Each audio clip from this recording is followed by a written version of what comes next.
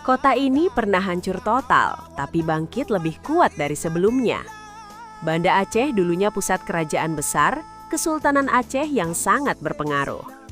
Di abad ke-16, Aceh jadi pusat perdagangan dan kekuatan Islam di Asia Tenggara.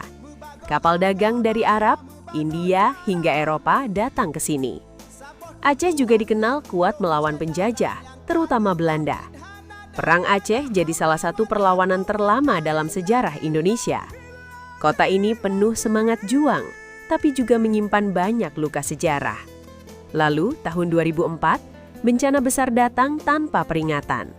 Tsunami menghantam Banda Aceh dan menghancurkan hampir seluruh kota.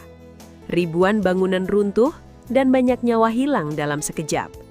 Dunia tersentuh, bantuan datang dari berbagai negara. Perlahan, Banda Aceh mulai bangkit dari puing-puing kehancuran.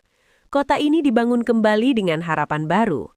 Kini, Banda Aceh dikenal sebagai kota religius dan penuh ketenangan. Dari kehancuran jadi kekuatan, Banda Aceh mengajarkan arti bertahan hidup.